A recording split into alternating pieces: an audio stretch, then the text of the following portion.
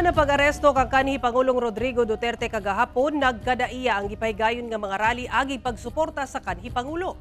Busa nagpatuman ang Philippine National Police og heightened alert status sa tanang kapulisan sa nasod.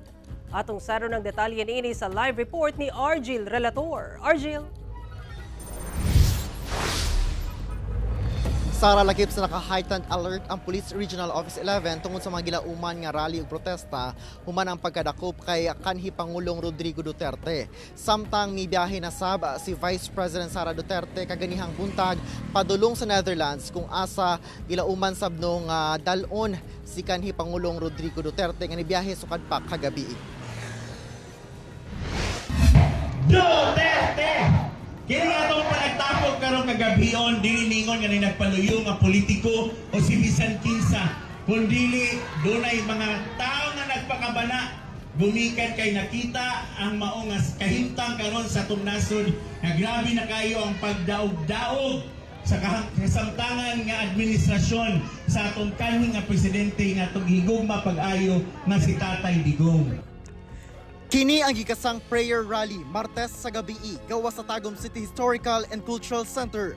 Human gidakop si Pangulong Rodrigo Duterte dihang gisilbi ang arrest warrant gikan sa International Criminal Court. Giparayag sa mga tagumenyo ang ilang suporta sa kanhi Pangulo. Una ang prayer rally, dungang nagtuyok ang mga rider sa nagunang kadalanan. Sa Digo City sa Davao del Sur,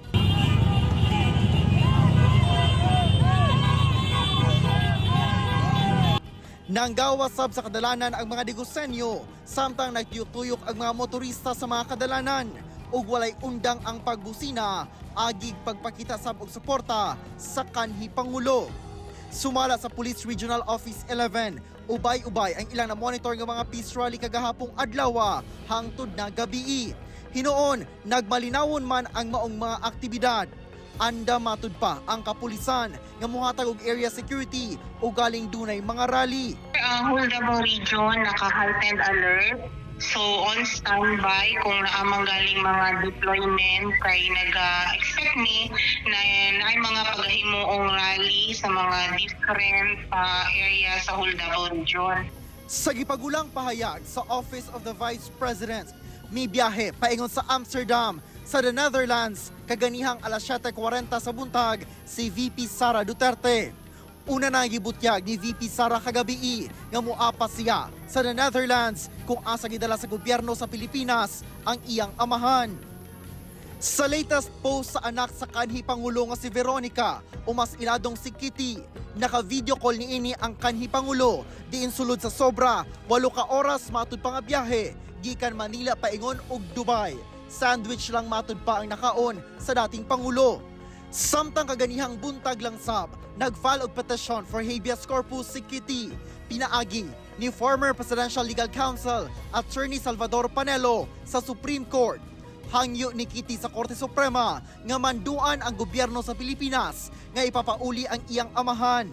Sumala ni Attorney Panelo usa sa ground sa petisyon nga dili mamahimong basehan sa pag-aresto o pagpriso kay kanhi Pangulong Duterte ang ICC warrant tungod walay jurisdiksyon ang ICC sa Pilipinas.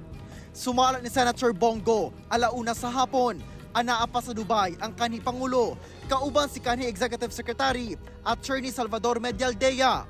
Miabot ang gisakyan ni eroplano alas 8:03 sa buntag alang sa usa ka layover. Una mo biyahe na sa padulong sa the Netherlands. Sara sa pahayag ipagula karon hapon lang sa Supreme Court spokesperson sumala pa nga walay TRO nga gipagula ang korte tungod pakyas matud pa ang petitioners nga maka-establish og klaro og unmistakable nga katungod alang sa immediate nga issuance sa TRO. Hinuon sumala sa korte nga na-receive nila ang writ for habeas corpus gi-file sa mga anak sa kanhi Pangulo nga si Davao City Mayor Sebastian Duterte ug Veronica Duterte. Sara. Okay, daghang salamat Argil Relator.